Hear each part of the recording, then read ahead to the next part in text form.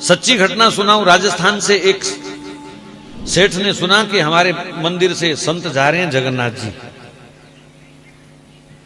तो सेठ जी ने सस्ते समय पे 100 रुपया दिया उसको। ए जगन्नाथ जी को चढ़ा देना मेरा 100 रुपया। 100 रुपया बहुत होता था तब। तो 100 रुपया निकाल दिया, जगन्नाथ जी की गोलक में डालना। ठीक है सेठ जी। अब रास्ते में भूखा प्यासे संत पैदल जा रहे थे। भूखे प्यासे संत मिलने लगे। क्या करूं, कैसे इनकी मदद करूं, मेरे पास तो कुछ है नहीं।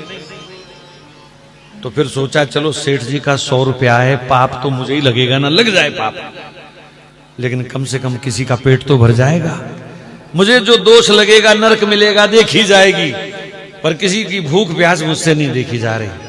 तो जो कोई रास्ते में भूखा प्यासा मिलता, बाजार से 2 रोटी खरीद करके उनको खिला देता, किसी को पानी पिला देता, किसी को शरबत पिला देता।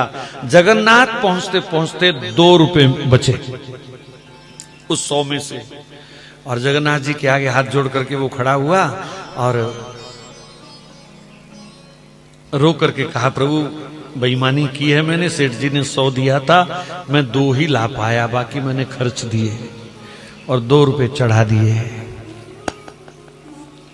वापिस आए, प्रसाद दिया सेठ को, वो मेरा 100 रुपया चढ़ा दिया? बोले हाँ चढ़ा दिया।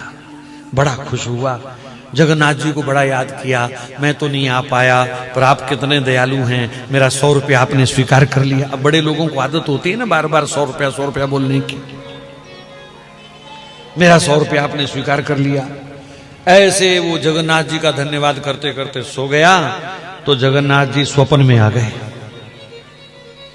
स्वप्न में आ गए तो सेठ ने फिर ठाकुर जी के मुंह से सुनना चाहा, ओ महाराज आपको 100 रुपया भेजा था, मिल गया? तो कहा सेठ जी 100 तो नहीं 98 मिले हैं मुझे। अरे बड़ा बेईमान है वो महात्मा, 2 रुपए खा गया।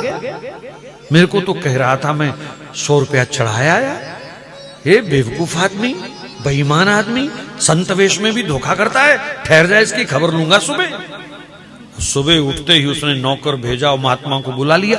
ए बेईमान कहीं के, तेरे को 100 रुपया दिया था, शर्म नहीं आई तुझे? 2 रुपए बेईमानी कर गया तू। मुझे स्वयं जगन्नाथ जी ने बताया कि तूने 98 रुपए चढ़ाए हैं। कहां है 2 रुपए?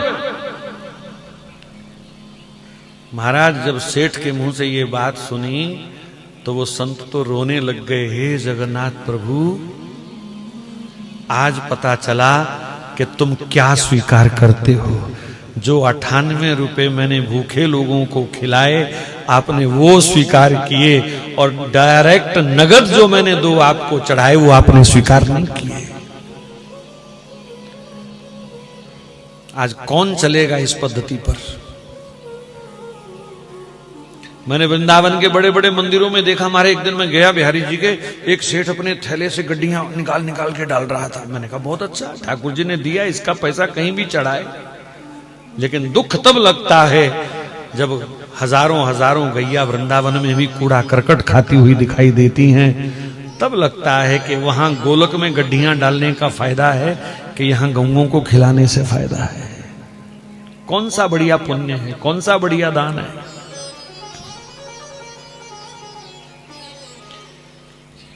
तो मैं कभी नहीं कहूंगा कि आप मंदिरों में नोट ना चढ़ाएं, पर अगर किसी जरूरतमंद को जरूरत है तो उनके मुख में देना ही ठाकुर जी स्वीकार करते हैं, ना कि ठाकुर जी की गोलक भरने में ठाकुर जी खुश होते हैं।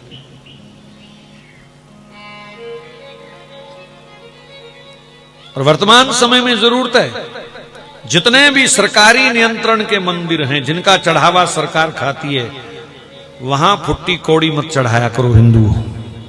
आपको कसम दे के कह रहा हूं। तिरुपति बालाजी में करोड़ों रुपए चढ़ते थे, आज भी चढ़ रहे हैं।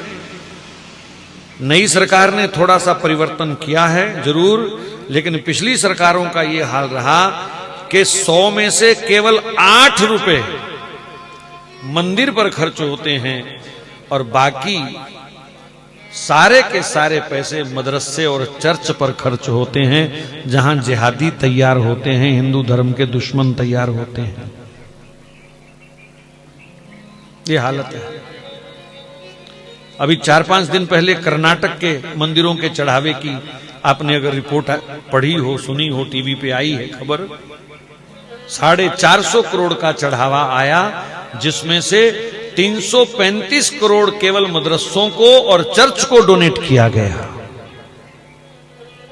हिंदुओं का पैसा मदरसों को दिया जा रहा है, और उन मदरसों को जहां राष्ट्र विरोधी, हिंदू विरोधी तत्व तैयार होते हैं, पत्थरबाज तैयार होते हैं, सिर काटने वाले तरीके सिखाए जाते हैं जहां हिंदुओं के, वहां मंदिरों का चढ़ावा दे। मतलब अपनी कब्र हम खुद खोद रहे हैं, अपनी चिता हम स्वयं तैयार कर रहे हैं। जितने भी सरकारी चढ़ावा खाने वाले मंदिर हैं, सरकार जिनका चढ़ावा खाती है, कृपया वहां पैसा ना चढ़ाएं जब तक सरकार उनके लिए अलग बोर्ड का गठन नहीं करती। कम से कम हिंदुओं का पैसा तो हिंदुओं पर लगना चाहिए कि नहीं लगना चाहिए। अल्पसंख्यक आयोग अलग से उनको डोनेट करता है, कई खरब रुपए देता है साल के, मंदिरों का चढ़ावा वो खा रहे हैं, और फिर खा के भी देश के हक में रहें तो कोई दिक्कत नहीं, फिर भी वो देश के विरोध में हैं, सनातन के विरोध में हैं। हनुमान चालीसा पढ़ो तो वो पत्थर फेंकते हैं, रामायण पढ़ो तो वो हमारे ऊपर पत्थर मारते हैं, शोभा यात्रा निकालो तो पत्थर खाओ साथ में, और पलते भी हमारे पैसे से।